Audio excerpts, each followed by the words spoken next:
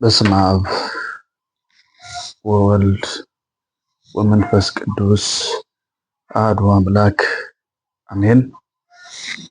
መቃባ ከኒልም ከንአፉረ ቁልቁሉ ዋቀቶኮ አሜን።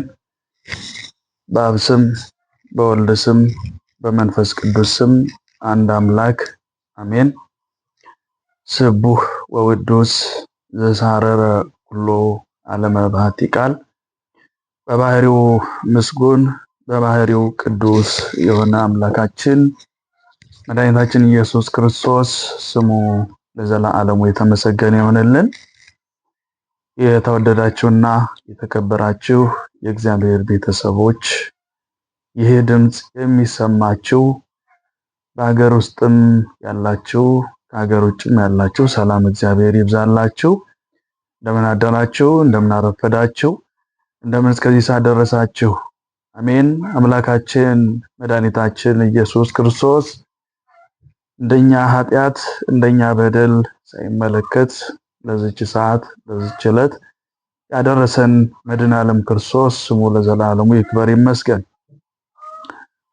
ከበጀምተቶ ፊ ጃለተምቶ ተማቲ ወን ክርስቶስ ወንድምቱ ኬሰን ሰገሌ ከነ ደገፈቻ ከንጅርተኑ ነገኙ ዋቀዮ ሲኒፋ ባየቱ አከም ወልተኒ አከም ሳቲ ከነት ጌሰኒ ሲንጀቹን በርባዳ አሜን። አባን ኬኛ ፈይሳን ኬኛ ኢየሱስ ክርስቶስ አከ ወጂ ኬኛ ኦሶይን ኢላሊን አርጁማ ይሳቲን ኢላሌ አመሳቲ ከነቲ ከኑገ አልፋ ኦሜጋ ከንቴ ሞቲ ሞቶታ ጎፍታ ጎፍቶታ ኢልሚ ዱሩሄ ማርያም ኢየሱስ ክርስቶስ መቃኒሳ ከኑልፋቴ ፊ ከበጀሜ አተው። እንግዲህ እግዚአብሔር ከሁላችን ጋር ይሁን። የተወደዳችሁ የእግዚአብሔር ቤተሰቦች ከዚህ በፊት በክፍል 1 ላይ በእንተ ጸሎት ስለ ጸሎት እንዴት መጀመር እንዳለበት በምን አይነት መልኩ ማድረግ እንዳለብን ተመልክተናል ማለት ነው። ዛሬ በክፍል 2 የምንነጋገረው የምንማረው 7 የጸሎት ጊዜያት አሉና እነዚያ 7ቱ የጸሎት ጊዜያት መቼ እንደሚደረሱና ለምን እንደሚደረሱ ከነ ምክንያታቸው ከነ ምስጢራቸው ከነ ትርጉማቸው በተቻለ አቅም እንሞክራለን ማለት ነው። እግዚአብሔር ከሁላችን ጋር ይሁን። እንግዲህ 7 የጸሎት ጊዜያት መቼ ነው ለሚለው እንግዲህ ከማለዳ የጧት እንጀምራለን። በፍትሐ ነገሥት አንቀጽ 14 ላይ ይሄ ሕግ በደንብ ተብራርቶ ጉልህ ሆኖ ግልጽ በሆነ መንገድ እናገኘዋለን። ብርሃነ ዓለም ሐዋርያው ቅዱስ ጳውሎስ በዕብራውያን መልእክቱ ምዕራፍ 13 ቁጥር 7 ላይ ተዘከሩ መኳንንቲክሙ ዘነገሩክሙ ቃለ እግዚአብሔር የነገሯችሁን ያስተማሯችሁን ዋኖቻችሁን አባቶቻችሁን አስቡ። እንግዲህ አባቶቻችን እነማን ናቸው ስንል ቀድሞ ነቢያት አባቶቻችን ናቸው። ኋላም ሐዋርያት፣ ኋላም ሊቃውንት እነ ባስልዮስ ዘቂሳርያ፣ እነ ጎርጎርዮስ፣ እነ ዮሐንስ አፈወርቅ፣ ሁሉም አጠቃላይ እነዚህ ቅዱሳን የምንላቸው ሁሉ አባቶቻችን ናቸውና እነሱ ያስተማሩንን ትምህርት ተቀብለን እናስተምራለን። ሃይማኖታችን ማንን ይመስላል ከተባለ የአባቶቻችን ሃይማኖት ይመስላል ማለት ነው። ይህንንም ሐዋርያው ቅዱስ ጳውሎስ ሲያብራራው እንዲህ ይላል፣ እኔ ክርስቶስን እንደምመስለው ሁሉ እናንተ ደግሞ እኔን ምሰሉ። አያችሁ። ስለዚህ ሃይማኖታችን እንደ አባቶቻችን ነው ማለት ነው። አባቶቻችን ስንል ግን እነማን የሚለውን ጉዳይ በደንብ ማየትና መጠንቀቅ ደግሞ አስፈላጊ ነው ማለት ነው። ስለዚህ ምን ለማለት ፈልጌ ነው? ፍትሐ ነገሥት የሰሩልን ሕጉን ያስቀመጡልን አባቶቻችን ናቸው። ፍትሐ ነገሥት ደግሞ አዋልድ መጻሕፍት ከሚባሉ መካከል አንዱ ነው ማለት ነው። አዋልድ መጻሕፍት ማለት የመጽሐፍ ቅዱስ ልጆች ማለት ነው። የመጽሐፍ ቅዱስ ልጆች ማለት ነው። ስለዚህ አዋልድ መጻሕፍት ከመጽሐፍ ቅዱስ ሐሳቡ የወጣ አይደለም ማለት ነው። ለምሳሌ አሁን የክፍል አንቀጽ 14 በእንተ ጸሎት ብለን ስለ ጸሎት ነው የምንማረውና ስለ ጸሎት ደግሞ የሁላችን ባለቤት የሆነው ራሱ ባለቤት ክርስቶስ ነው። ጸልዮ አለ፣ ሰግዶ ስገዱ አለ፣ ጾሞ ጾሙ አለን። አጠቃላይ በጎ ነገሮችን ሁሉ አድርጎ ነው ከመዝ ግበሩ እናንተም እንዲሁ አድርጉ ብሎ የነገረን ማለት ነው። ስለዚህ እንግዲህ በፍትሐ ነገሥት እናገኛለን። ራሱ ባለቤቱ በማቴዎስ ወንጌል ባለቤቱ ስንል መድኃኔዓለም ነው ማለት ነው፣ ኢየሱስ ክርስቶስ ነው። በማቴዎስ ወንጌል ምዕራፍ 26 ቁጥር 41 ላይ ትገው ወጸልዩ ከመ ይትባኡ ውስተ መንሱት፣ ተግታችሁ ወደ ፈተና እንዳትገቡ ተግታችሁ ጸልዩ ብሎ የነገረን ያዘዘን ራሱ ክርስቶስ ነው። በጌቴሰማኒም ራሱ ጸልዩ ብሎ ነግሮናል ማለት ነው። ስለዚህ ያንን አርያና ምሳሌ አድርገን ነው የምንማረው። ከጠዋት እንጀምራለን። መቼ እንደሚደረስ በምን ሰዓት የሚለውን ጠዋት የምንለው ማለዳ በብርሃንና በጨለማ መካከል ያለውን ማለት ነው። በብርሃንና በጨለማ መካከል ብርሃኑ ሙሉ ለሙሉ ሳይመጣ ጨለማው ደግሞ ሙሉ ለሙሉ ሳይጠፋ በዚህ መካከል የምንጸልየው ጸሎት ነው። ለምንድነው ወደሚለው ጉዳይ እንሄዳለን፣ ወደ ምስጢራዊ ትርጉሙ ማለት ነው። ጽልመተ ሌሊቱን አሳልፎ ብርሃነ መዓልቱን ስለምታሳየን እናመሰግናለን ስንል ለምስጋና እናቀርባለን። ሌሊቱን የእረፍት ጊዜውን፣ ሌሊቱን ያን የጨለማውን ጊዜ፣ ሌሊቱን በሰላም ተኝቼ እንድነቃ ስላደረከኝ፣ ምክንያቱም እንደተኙ በዛው የሚቀሩ ብዙ ሰዎች ስላሉ ማለት ነው። ስለዚህ በሰላም እንድተኛ በሰላም እንድነቃ ብዬ ያለምንም ጭንቀት እንድተኛ ስላደረከኝ አመሰግናለሁ ለማለት። ሌላው ምንድነው ትርጉሙ ከተባለ በዚህ ሰዓት የምንጸልይበት የሁላችን አባት የሆነው አዳም በዚህ ሰዓት የተፈጠረበት ሰዓት ነው። አዳም ጌታችን ኢየሱስ ክርስቶስ 22ቱን ስነ ፍጥረት ሲፈጥር ለሰው ልጅ የሚገባውን ነገር ሁሉ ካመቻቸ ካሰናዳ በኋላ አዳምን በመጨረሻ ፈጥሮታል። ስለዚህ አዳም የተፈጠረበት ሰዓት ይሄ ሰዓት ነው ማለት ነው። ጨለማና በብርሃን መካከል ማለዳ ላይ ነው የተፈጠረው። ስለዚህ የተፈጠርኩት ለጽድቅ እንጂ ለኩነኔ አይደለም። የተፈጠርኩት ክብሩን ለመውረስ መንግስቱን ለመውረስ ካንተ ጋር ከእግዚአብሔር ጋር ለመኖር እንጂ ኩነኔ ሰርቼ ለመኮነን አይደለምና ለተፈጠርኩበት ዓላማ እንድኖር አድርገኝ ስንል እንጸልያለን። በማለዳ ማለት ነው። በማለዳ እንጸልያለን። ሌላው በዚህ ሰዓት የምንጸልይበት ሶስተኛው ምክንያት ጌታችን መድኃኒታችን ኢየሱስ ክርስቶስ የማይመረመረው ጌታ፣ የማይዳሰሰው ጌታ፣ የማይጨበጠው ጌታ በጲላጦስ ፊት ቆሞ መመርመሩን ስንመለከት ነው። ጌታችን ኢየሱስ ክርስቶስ በጲላጦስ ፊት በዚህ ሰዓት ተመርምሯል ማለት ነው። ተመርምሯል። የዮሐንስ ወንጌል ምዕራፍ 18 ቁጥር 36 ጀምሮ ስትመለከቱ ይህንን ቃል እናገኛለን። በጲላጦስ ፊት እንዴት እንደተመረመረ ማለት ነው። ስለዚህ ስለኛ ሲል እንደተመረመረ ያንን እያሰብን ለኛ ብሎ ነው ብለን እኛም መከራ እንዳይመጣብን እንጸልያለን ማለት ነው። ሌላኛው ሁለተኛው ከጧቱ በ3 ሰዓት የሚጸለይ ጸሎት ነው። ከጧቱ በስንት ሰዓት አልኳችሁ? 3 ሰዓት ላይ የሚጸለይ ጸሎት ነው። ይሄም እንዲሁ ድንቅ የሆነ ምስጢር አለው። ለምንድነው የሚጸለየው ከጧቱ 3 ሰዓት የሚለውን ጉዳይ ስንመለከት የሁላችን እናት የሆነች ሔዋን የተፈጠረችበት ሰዓት ነው። አዳም አርብ ተፈጠረ። 22ቱ ስነ ፍጥረት ሲፈጠሩ አርብ በመጨረሻ ተፈጠረ። በሁለተኛው ሱባኤ ደግሞ ሔዋን እናታችን ከአዳም ጎን ተፈጠረች ማለት ነው። አዳም በጨለማና በብርሃን መካከል ጠዋት በማለዳ ተፈጠረ። ሔዋን በሁለተኛው ሱባኤ ደግሞ እንዲሁ ከጧቱ 3 ሰዓት ተፈጠረች። በአዳም አዳማውያን ነን፣ በሔዋን ደግሞ ሔዋን ሆነን እንኖራለን ማለት ነው።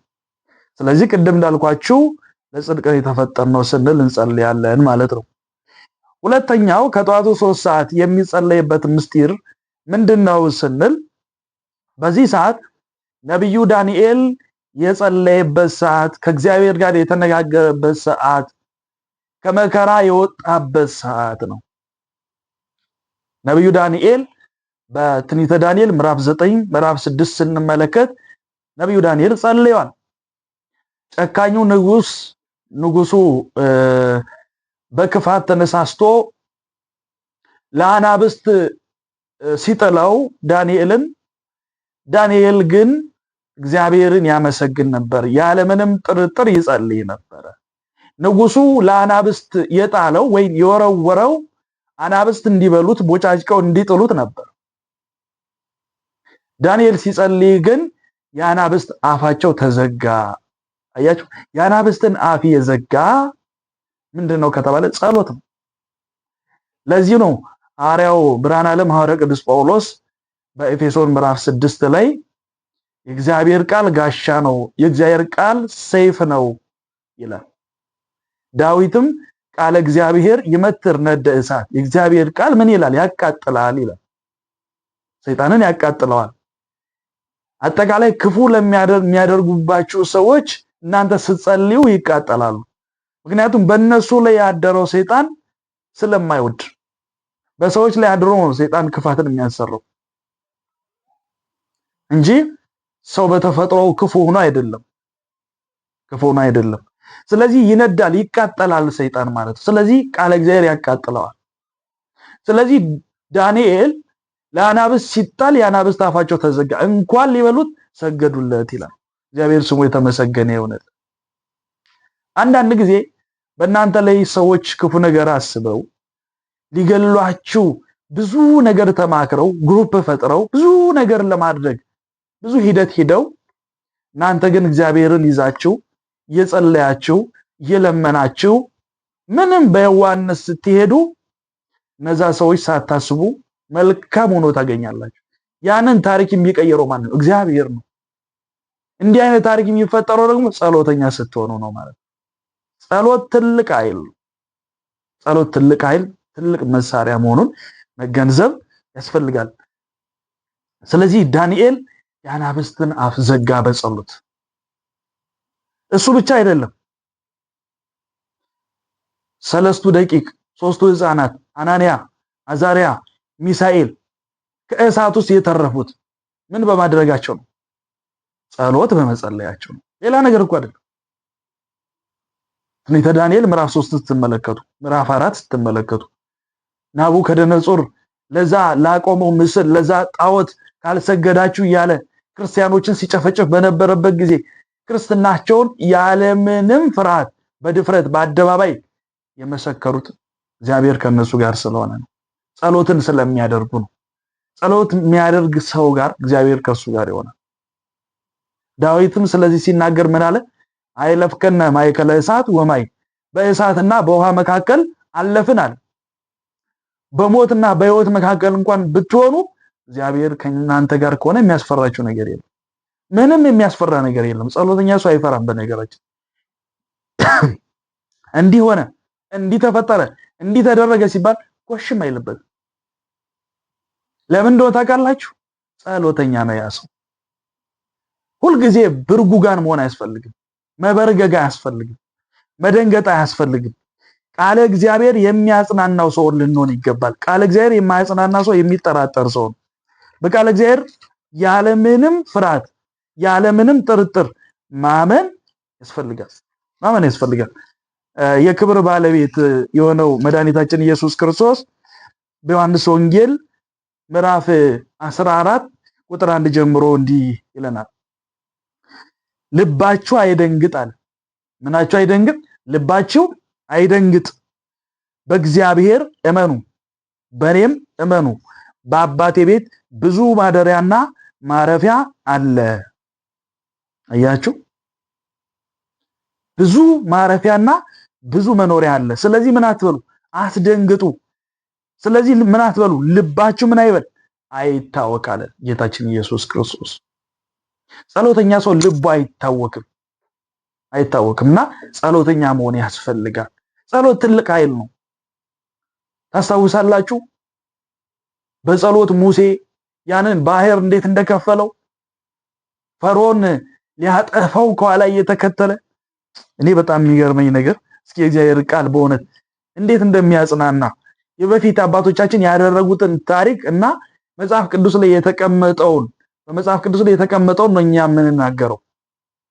እኛን እንዴት እንደሚያጽናናን እንዴት ለኛ ኃይል እንደሚሆነን ቅዱስ ጴጥሮስ ሲነገረን እንዲህ ይላል። በአንደኛ ጴጥሮስ ምዕራፍ 5 ላይ ቁጥር 8 ጀምሮ ስንመለከት እንዲህ ይላል። እንግዲህ ይላል አዋቂዎች ሁኑ አለ። ምኖች ሁኑ? አዋቂዎች ሁኑ ካለ በኋላ ትጉ አለ። ጠላታችሁ ጋኔን የሚውጠውን ፈልጎ እንደሚያገሳ አንበሳ ይዞራልና። አያችሁ፣ ጠላታችሁ ሙሴን ያ ፈርዖን ልክ እዚህ ቃል ላይ እንደተቀመጠው እንደሚያገሳ አንበሳ እንደተባለው ከኋላ እየተከተለው ሊያጠፋው ሲመጣ ሙሴ በጸሎት ባህሩን ከፈለውና ተሻገረ። ያ ልቡ የደነደነው ፈርዖን፣ ጸሎት የማያደርገው ፈርዖን፣ እግዚአብሔርን የረሳው ፈርዖን እዛ በባህሩ ሰጠመ። አያችሁ፣ ጸሎተኛው ሙሴ ጸሎት ጸልዮ መና ከሰማይ አወርዷል። ሙሴ ጸልዮ ከአለት ላይ ከጭንጫ ላይ ውሃ አፍልቋል። ነብዩ ኤልያስ ጸልዮ እሳት ከሰማይ አወርዷል። 3 ዓመት ከመንፈቅ በምድር ላይ ዝናብ እንዳይዘንብ አድርጓል። አያችሁ፣ ኤልያስ እንደኛ ሰው ነበር አለ። አያችሁ፣ ጸለየ፣ ለመነ፣ ዝናብ እንዳይዘንብ አደረገ ይላል። ኤልያስ ግን እንደማን ሰው ነበር? እንደኛ ሰው ነበር። ሌሎችም ሰዎች ናቸው እኮ ግን ጸሎተኛ ስለሆኑ የጠላትን ኃይል ማሸነፍ ችሏል። ዛሬም ወገኖቼ ማሸነፍ የሚቻለው በመንጫጫት አይደለም። ደግሜ እነግራችኋለሁ፣ እውነቴን ነው የምላችሁ። በመንጫጫት ወይን ኡይ ብሎ በመጮህ ይመጣ ነገር የለም። ጸሎተኛ ሁኑ። የመጀመሪያው መፍትሄ ችግራችን ሊፈታልን የሚችለው ጸሎት ነው። የትም ይሩጥ፣ የትም ሂድ፣ የትም ይምጣ ጸሎት ነው የመጀመሪያው መፍትሄ። ከዛ በኋላ ነው ሌሎች ነገሮች ሊሆኑ የሚችሉት። ምንም ነገር ከማድረጋችሁ በፊት ጸሎት ማድረግ ያስፈልጋል። የድሮ እናቶቻችን እኮ በር ከፍተው ሲገቡ የሚገርማቸው ነገር በር ከፍተው ሲገቡ በስመ አብ ወወልድ ወመንፈስ ቅዱስ አሐዱ አምላክ ብለው ይገባሉ። ያሁኑ ሰውስ በሩን ብርግድ አድርጎ ይገባል። ከዛ በኋላ እንግዲህ ሰይጣን በአንድም በተለያየ ሰውን ይፈታተናል። መጋኛ ወስዶ ይመቷል። በዛው ተጣሞ በዛው ተጨንቆ ይኖራል። አስተዋላችሁት? እግዚአብሔር ሁላችንም ከክፉ መንፈስ ይጠብቀን። በእውነቱ ማለት ማስተዋል ያስፈልጋል እኮ። እናቶቻችን እኮ ቡኮ ከማውከታቸው ወይም ቡሆ ይለዋል በመጽሐፍ ላይ እና ያን ከማድረጋቸው ከማከናወናቸው በፊት እኮ ጥሬውን እህል በስመ አብ ብለው ይባርኩታል። የተፈጨውንም በስመ አብ ብለው ይባርኩታል። ምንም ነገር ከመጀመራቸው በፊት በስመ አብ ወወልድ ወመንፈስ ቅዱስ አሐዱ አምላክ ብለው ይጀምራሉ። ያቺ ትንሿ ነገር በረከት ይኖራታል። ብንበላ እንጠግባለን፣ ብንጠጣ እንረካለን። ሁሉ ነገር ላይ ስንባርክ አያችሁ። ዛሬ ግን ብዙ ሰው ብዙ ነገር እያለው በልቶ መጥገብ መርካት ግን አልቻለም። ከምን አንፃር ይመስላችኋል? በእውነቱ ሁላችንም በልተን ጠግበን እንድንረካ የሱ መልካም ፈቃድ ይሆነልን እና ዳንኤል ጸለየ። ጸሎቱን እግዚአብሔር ሰማው። የአናብስት አፍ ተዘጋ እና ጸሎት ትልቅ ኃይል አለው። ሌላው በዚህ ሰዓት የምንጸልይበት ዋናው ምክንያት ምንድነው ካልን እመቤታችን ቅድስት ድንግል ማርያም ብስራተ መላክን ሰምታ ጌታን የጸነሰችበት ሰዓት ነው። ቀዳማዊት ሔዋን የሰይጣንን ምክር ሰምታ ወደ ምድረ ፋይድ እንደወደቀች፣ ከገነት ወደ ምድረ ፋይድ እንደወደቁ አዳምና ሔዋን እኛንም ከውድቀት ጠብቀን ስንል በዚህ ሰዓት እንጸልያለን። አንድም ቀዳማዊት ሔዋን በጆሮዋ የሰይጣንን ቃል እንደሰማች እንደወደቀችው ሳይሆን እንደ ዳግሚት ሔዋን እንደ እመቤታችን እንደ ቅድስት ድንግል ማርያም የመንፈስ ቅዱስን ቃል የመላኩን ቃል እንድንሰማ እርዳን ስንል እንጸልያለን ማለት ነው። ያለ ምክንያት ምን ጸልየው ምናደርገው ምናከናውነው ነገር አንድም ነገር የለም። ይሄን ግን ማወቅ መገንዘብ መጠየቅ ያስፈልጋል ማለት ነው። ሌላው ጌታችን ኢየሱስ ክርስቶስ በጲላጦስ ፊት የተገረፈበት ሰዓት ነው። በጲላጦስ ፊት የተገረፈበት ሰዓት ነው። ሌላው በዚህ ሰዓት የምንጸልየው ለምንድነው ከጧቱ 3 ሰዓት ካልን በጽርሐ ጽዮን ለሐዋርያት መንፈስ ቅዱስ የወረደላቸው በዚህ ሰዓት ነው። የሐዋርያት ሥራ ምዕራፍ 2 እንደምንመለከተው ማለት ነው። አያችሁ ለሐዋርያት መንፈስ ቅዱስ እንደወረደላቸው 71 ቋንቋ ተገልጦላቸው በ72 ቋንቋ እንዲናገሩ ያደረጋቸው መንፈስ ቅዱስ እኛንም መንፈስ ቅዱስ ምስጢሩን ገልጦልን እንድናስተምር እንድንመክር ያለን ነገር ሁሉ እንዲባረክልን እንዲበዛልን እግዚአብሔር ከኛ ጋር እንዲሆን እንጸልያለን ማለት ነው። አያችሁ ቅዱስ ጳውሎስ በአንደኛ ቆሮንቶስ ምዕራፍ 13 ቁጥር 13 ላይ ያበረከት የወልድ ፍቅር የመንፈስ ቅዱስ ህብረት በሁላችሁ ይደርባችሁ ይላል። ስለዚህ የእግዚአብሔር በረከት በእኛ ላይ የሚያድርብን መንፈስ ቅዱስ ከኛ ጋር የሚሆነው ዳዊትም ምንድነው ያለው በመዝሙር 50 ላይ እርኩስ መንፈስን ከኔ አርቅልኝ ቅዱስ መንፈስን አሳድርብኝ እንዳለው ቅዱስ መንፈስ በእኛ እንዲያድርብን እርኩስ መንፈስ ደግሞ ከኛ እንዲወጣ ጸሎተኛ መሆን አለብን። በጸሎት ካልሆነ ሰይጣንን ማሸነፍ ስለማንችል ስለዚህ በዚህ ምክንያት እንጸልያለን ማለት ነው። ሌላው ሶስተኛው በ6 ሰዓት ከቀኑ በ6 ሰዓት የሚጸለይ ነው። ሶስተኛው ከቀኑ በ6 ሰዓት የሚጸለይ ነው። ይሄ ለምንድነው የሚጸለየው ነው? ይሄን ስንል በቀትር ጊዜ የፀሐይ ሙቀት ይጸናል። በዛ ሰዓት ደግሞ አእምሮ ይዝላል፣ ሰውነት ይደክማል። ያን ጊዜ ደግሞ ምን ይላል? አጋንንት ይሰለጥናሉ። ስለዚህ አጋንንት እንዳይሰለጥኑብን በእኛ ድካም አይተው በእኛ በድካማችን ደክሞኛል ጸሎት ማድረግ አልችልም ብለን በስንፍና ምክንያት አጋንንት እንዳይሰለጥኑብን ራሳችን አጠንክረን መጸለይ እንዳለብን አይታችሁ አስተውላችሁ ከሆነ ብዙ ጊዜ ከ6 ሰዓት በኋላ ፀሐይ በጣም ይበረታል ማለት ነው። ፀሐይ ይበረታል። ያን ሰዓት ደግሞ እኛ እንደክማለን፣ አእምሯችን ሁሉ ይዝላል፣ የድካም ስሜት ይሰማናል ማለት ነው። ስለዚህ ጠንክረን ከጸለይን አጋንንትኛ ላይ አይሰለጥኑም ማለት ነው። ሁለተኛው በዚህ ሰዓት አዳም የካደበት ሰዓት ነው። እንግዲህ አስተውሉ። አዳም የተፈጠረው ማለዳ ጠዋት በጨለማና በብርሃን መካከል ተፈጥሯል። አዳም የካደበት ሰዓት ደግሞ ከቀኑ 6 ሰዓት ነው። ስለዚህ በአዳም አዳማውያን በሔዋን ሔዋን ስለምንባል አዳም በዚህ ሰዓት እንደካደው እንዳንክድኛን እርዳን፣ ከክደት ጠብቀን፣ ለተፈጠርንበት ዓላማ ጸንተን እንድንኖር አድርገን፣ ከአንተ ጋር ህብረት እንዲኖረን አድርገን። ጌታችን ኢየሱስ ክርስቶስ በዮሐንስ ወንጌል ምዕራፍ 15 ላይ እኔ እውነተኛ ግንድ ነኝ፣ እናንተ ምኖች ናችሁ አለ፣ እናንተ ቅርንጫፎች ናችሁ አለ። ከግንዱ የተለየ ቅርንጫፍ ደርቆ እሳት ውስጥ ገብቶ እንደሚቃጠለው ሁሉ ግንድ ከተባለው ከክርስቶስ የተለየ ህይወት ያለው ሰው ህይወቱ ሲኦል ነው ማለት ነው። ስለዚህ ከሲኦል እኛን ጠብቀን ስንል እንጸልያለን ማለት ነው። ሌላው ከቀኑ 6 ሰዓት የምንጸልይበት ምክንያት ምንድነው ከተባለ አባታችን ሄኖክ ወደ ቤተ መቅደስ ገብቶ በዚህ ሰዓት ያጠነበት ሰዓት ነውና እኛም እናጥናለን፣ እንጸልያለን፣ እንለምናለን። አባታችንን ሄኖክን እግዚአብሔር ማይጠንቱን ጸሎቱን ኪዳኑን ልመናውን የተቀበለ አምላክ እኛንም እንዲቀበልልን ስንል ምን እንላለን? እንጸልያለን ማለት ነው።